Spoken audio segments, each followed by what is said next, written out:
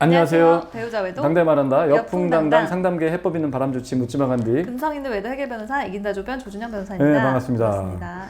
자, 오늘의 주제는 이건 약간 좀 특이한 건데 이것도 바람 피운 배우자에게 어이없게 이혼당하는 경우가 있어요. 이건 조변님도 좀 할 네. 말씀이 좀 많이 있으실 것 같아요. 네네. 바람 피운 배우자한테 어이없게 이혼당하는 거 진짜 이거 어이없게. 네네네. 어이가 없네. 막 자꾸 성대모사 나오면 하면 안 되는데. 어이없게 하지 말지. 나이가 몇인데 지금 내일 모레 60인데. 저는 제 목소리가 젊어 보이나 봐요. 저 내일 모레 60이에요. 지금 환갑잔치 해야 되는 사람이. 대면 상담 오시기 전에 좀 미리 인지하시라 이런 얘기예요. 60, 내일 모레 60. 젊은 사람인 줄 알고 뭐한 30, 40대인 줄 알고. 근데 그러니까 최신 근데 이런 성대모사라고 앉아있으면 되겠습니까 제가? 성대모사도 옛날에 성대모사 해야 되는데 여담이고. 어이없게 이혼당하는 거 첫 번째 뭐냐면 자 이게 이제 뭐냐면 먼저 이혼 얘기를 꺼내지 않게 만드는 지가 꺼내지 않는 거야. 네. 말이 좀 꼬였는데 이를테면 내 남편이 이제 지도 이혼하고 싶은 거야. 근데 그 인간 중에 그리고 상간녀랑 이제 굉장히 깊은 거죠. 네. 굉장히 깊기 때문에 이건 보통 남자들이 많이 그래. 바람난 여자들이 이렇게 전략을 짜는 경우 드물어요. 네. 바람난 그 아내들은 좀 감성적인 경우가 굉장히 많아서 이렇게 막 작전을 짜가지고 이렇게 사람을 소시오패스처럼 이렇게 가스라이팅을 하고 이게 설계를 해가지고 뒤통수를 때리고 이런 걸 잘 못하더라고. 네. 그냥 그 순간에 심취해버리다 보니까 들키면 그냥 집 나가버리고 네. 에라 모르겠다 그러고 막 짐 싸고 그냥 이혼하자 그러고 막 울고불고 막 이러고 그냥 이렇게 나아가는 게 보통 여자들인데 물론 안 그런 여자도 있지만 대체적으로 그렇다는 얘기죠.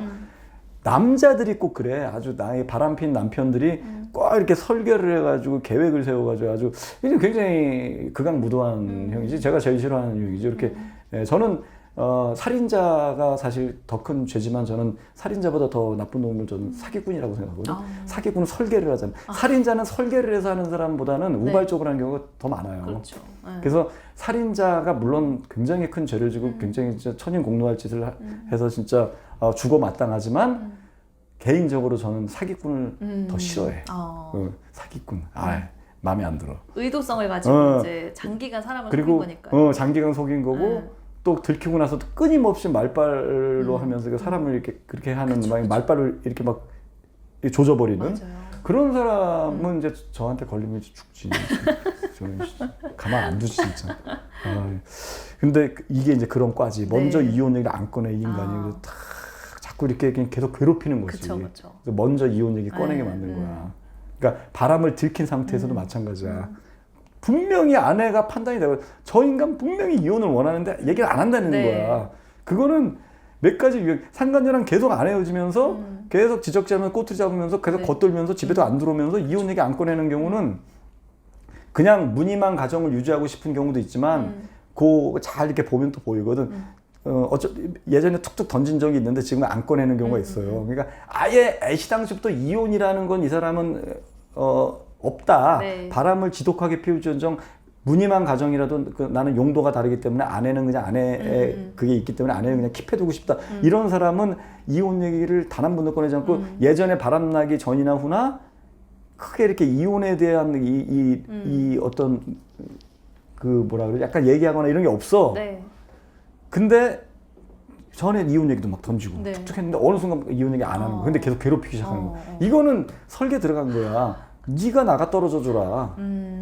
근데 거기에 덜컥 걸려버리는 거죠. 근데 그게 그럴 수도 있는 것 같아요. 약간 비겁하게 이제 변호사 상담이나 이런 걸 받았더니 바람을 먼저 바람 폈기 때문에 먼저 이혼 청구를 하면은 남편분이 이혼 청구하면 이혼이 안 됩니다. 이런 얘기를 딱 듣고 나서 나는 이혼 청구해도 못하는구나 라고 해서 그 말을 안 하고 그냥 계속 괴롭히기만 하는 거야. 말려 죽이려고. 그래도 어떤 경우는 그래도 막 이혼 요구 계속 하거든. 그죠. 그러니까 협의 이혼하자고. 소장을 막 넣기도 하고 심지어 되든 안 되든. 되든 안 되든 소송까지 걸기도 하고. 그러면 오히려 조금 더 나은데 그렇지 않고 그냥 계속 괴롭히는 거. 괴롭히기만 한 사람은 정말 악질인 것 같아요. 근데 거기에 덜컥 걸려 들어가지고 덜컥 이혼하자 이렇게 나와버리면 상대방 입장에서는 뭐가 좋냐면 이혼도 되고 지금 유책 배우자임에도 이혼이 됐고 또 상대방 내 아내가 먼저 이혼 얘기를 꺼냈기 때문에 내가 뭐 안 해줘도 되는 거. 네가 이혼 얘기했으니까 그래 이렇게 나누면 되겠네. 그래 지가 이제 약간 배짱 부리는 거지.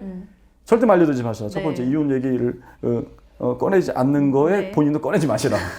그러면서 상간녀는 계속 공격해라. 그럼 이제 미치는 거거든. 네. 상간녀는 치면서 하시라.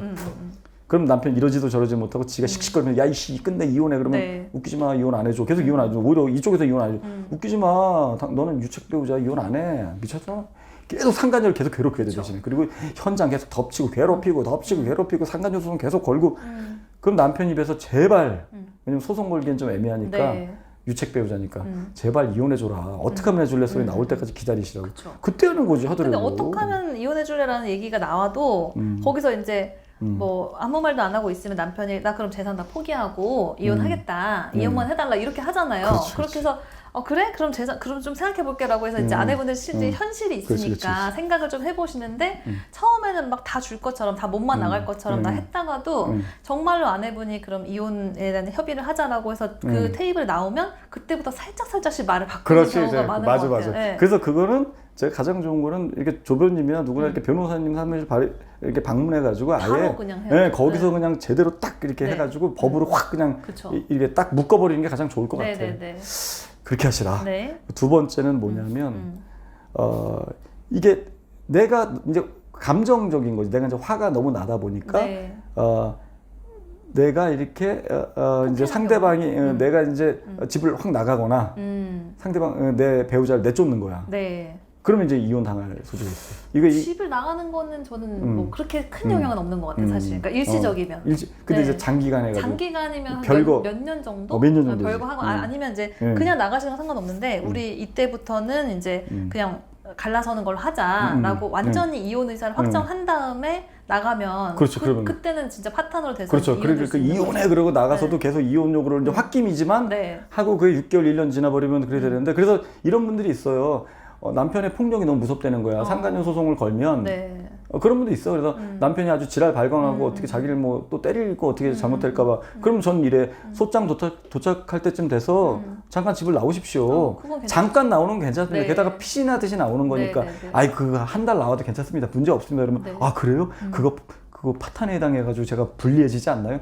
괜찮습니다. 그거 괜찮아요. 예, 네. 그죠? 그건 네, 법적으로 그거는 괜찮은 거지? 법적으로 상관없고 그리고 그러니까. 요즘에는 몇 년 전하고 또 분위기가 많이 달라졌는데 접근 금지랑 임시조치 결정이 진짜 잘 나와요. 그러니까 그 맞아. 수사기관에서 적극적으로 보호를 요즘에 해주거든요. 그 가정폭력이 많으니까. 가정폭력이 너무 스토커 심해지고 그거 하니까. 또 정도도 되게 그 사회적인 범죄 문제가 됐잖아요. 그러니까. 그래가지고 만약에 이혼 소송을 그 상간 소송이나 하여튼 이런 가정 내 문제가 있었는데 남편이 집에 찾아와가지고 폭행을 한다거나 이러면 바로 경찰 신고하면 접근 금지 조치가 바로 가능하거든요. 그렇죠. 그러니까 그런 그래도 식으로 좋지. 이제 신변 보호 조치를 할 근데 수 이제 있는 거죠. 어떤 아내분은 이제 접근금지 경찰 부르는 그 과정에서도 또 내가 몇 대 더 맞는 게 더 두렵잖아. 좀 그럴 수 그럴 있죠. 때 좀 네. 나오라 그래. 그쵸, 그러니까 잠깐 나가는 건 괜찮지만 내가 이혼 자꾸 주장하면서 장기간 나가거나 또 상대방을 일방적으로 내쫓아 버리면 네. 상대방 마지못해 나가는 식이었는데 그게 장기화됐네? 집 나갔는데 안 들어오네 계속 네. 1년 2년 됐네? 그러면 약간 그러면 아내가 이제 그때 가서 이제 좀 다급해져가지고 들어와 그래도 네가 내쫓아놓고 왜 그래? 그러면 좀 약간 애매해지는 거야 이거는. 그렇잖아요. 이거는 뭐 법에 딱 규정이 없지만 네. 판사가 이제 판단할 때 네. 이게 과연 파탄이냐 아니냐. 네. 그러니까 내가 안전하게 갈 수 있는데 이혼 안 당할 수 있는데 자칫 그런 게 그쵸. 잘못 핸들링했다가 가능성이 높아지는 가능성이 높아져가지고 네. 어이없이 당한. 하지만 그래도 그런 경우에도 내가 아내분이 나온 게 아니라 바람핀 사람이 나갔고 그건 지발로 나간 경우는 지바로 괜찮지. 나갔고 만약에 아내분이 이제 그냥 아이들을 계속 키우고 그 집에서 살고 있으면 그것만 이유로는 안 기각이 되지. 쉽게 되진 않는 근데 거죠. 제가 말씀드리는 건 이제 내쫓는 거지. 그렇죠. 나가 이씨 이혼이야 끝. 내쫓아도 그쵸, 괜찮은 괜찮아? 것 같아요. 내쫓는 그래? 것도 뭐 그렇게 위험하진 않아요, 사실은. 오늘 두 번째 잘못 걸렸네. 네, 꼬리 내리네. 내쫓은 거를 입증하기가 좀 쉽지 않거든요. 그냥 그때 당시에 홧김에 우발적으로 할 수 있으니까 아니 이제 그거는 상대방이 워낙 지능적이니까 근데 설계를 하는 거지. 설계를 하는 내쫓임했다는 거를 막 이렇게 해가지고 네, 규정해가지고. 네. 어쨌든 네. 그래 뭐 조변님 말처럼 이게 뭐 100% 이혼 당하는 사유는 아니겠지만 불리한 요소는 많죠. 불리할 요소가 있다. 그렇죠. 네, 우리가 좀 이게 너무 이렇게 자꾸 이렇게 좀 위험한 쪽으로는 가지 말자는 얘기죠. 네, 네, 두 번째로 네. 세 번째 뭐냐면 이것도 참 이것도 조변님도 좀 한번 설명을 좀 해주셔야 될 것 네. 같은데 증거를 잡기도 전에 증거를 좀 제가 잡으라 그랬거든. 네. 증거를 잡기도 전에 그냥 티격태격 자꾸 의심스러우니까 싸우다가 숙려기간 들어간다든지 별거에 들어가는 거야. 그러고 나서 뒤늦게 증거를 잡은 거야 이를테면 네, 네. 증거를 아예 못 잡는 상도 있고 네. 숙려기간 들어가거나 별거 들어간 거예요. 그럼 위험해지는 거거든. 왜냐면 이 사람이 유책 배우자라는 거를 숙려기간 들어가고 별거 들어간 다음에 만약에 증거를 잡은 거야. 네. 그럼 이들이 무슨 또 작전을 짜냐면 우리 숙려 들어간 다음에 만났다. 네. 그때 우리 별거 들어간 다음에 만난 사이다. 사실은 그 전부터거든. 네, 그렇잖아. 그 맞아요. 수상해. 그런 식으로 이들이 핑계를 대더라고. 그렇게 해서 요리조리 빠져나가고. 그러니까 상간녀 소송 걸어도 약간 좀 애매해지는 거고요. 네. 승산이 네. 100% 승리할 거를 이거 좀 질 수도 있고 애매하지 않냐. 그리고 이제 이제 별거 들어간 지 또 이를테면 장기간 된 거야. 네네네. 증거도 잡기 전에. 한 1년, 2년이 됐는데 그때 가서 이제 상간녀 있는 걸 알았네? 그럼 100%집 나가서 한 1년 있다가 만났다 그러지. 네. 그게 상간녀 소송을 못 하는 거야. 아무것도 못 해. 그리고 이혼에도 내가 굉장히 불리해질 수 있는 거죠. 그쵸. 이미 별거 들어갔고. 또 숙녀도 마찬가지고. 그 전에 이미 부부관계 문제가 있지 않았느냐라는 판단을 하게 되는데 실질상 따져보면은 증거는 없었지만 혼인관계가 급격히 악화된 거에는 분명히 상간자가 있었는데 그렇죠. 그게 이제 명확하지 않으니까 조금 문제가 될 수 있죠. 그렇죠, 근데 이제 그렇죠. 그게 시기가 그렇게 멀지 않으면 그러니까 숙려기간 그러니까 이혼 접수를 한 10월에 했는데 숙려기간 그러니까 11월 정도에 한 달 다음 만에? 달에 증거를 잡았어. 둘이 만나는 거를 발견해서 근데 그 전엔 아무 증거도 없었어요. 그래도 승소할 수 있을 것 같아요. 네. 그 정도 좀 애매할 텀이면 것 한 달 정도 아니, 텀이면. 왜냐면 이것들이 승복을 안 해. 지네들이 말 맞추지. 숙녀경 들어간 다음에 만났다니까? 그럼 또 그 입증할 방법이 없는 거야. 그 전부터 분명히 뭐가 있었거든. 그렇죠. 근데 원칙적으로는 판례는 아직까지는 이제 숙려 기간이 완전히 완료돼서 이혼 절차가 완료돼야지 법적인 혼인관계가 그러니까 끝나는 거다라고 하고 있고 숙려 기간에 만나서 부정행위 한 것도 부정행위에 해당한다라고 보고 있으니까 오케이. 일단은 원고한테 유리한 거고. 오케이. 어쨌든 요거 위험해. 위험하긴 하죠. 하여튼 다 위험한 거니까 네.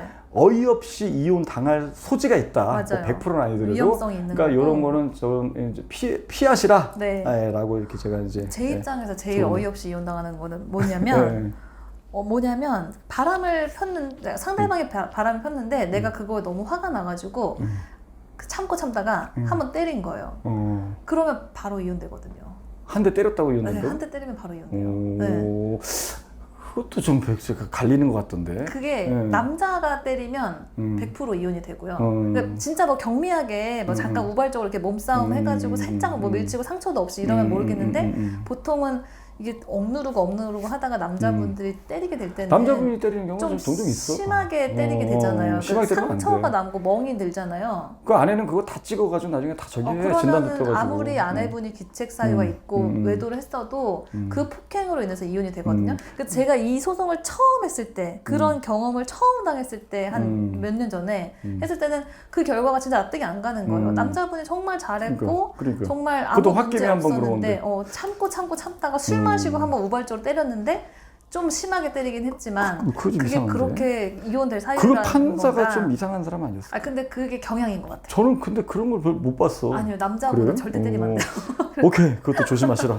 예. 근데 여자분은 약간 때려도 그래. 약간 되는 것 같아요. 여자는 뭐좀 힘이 네. 좀 덜 하니까 이렇게 크게. 그런 것 같아요. 좀 이상한 분위기가 있는데. 아니 뭐 남녀 차별하는 것도. 어쨌든 네. 예, 그렇습니다. 네네. 자 그렇게 하시고 저희 그 여풍당당 바람쥐센터 뭐 거기에 제가 쓰는 칼럼 뭐 많은 분들의 사연들이 있으니까 거기서 네. 많은 활동 부탁드릴게요. 다음 시간에 또 봬요. 안녕. 안녕.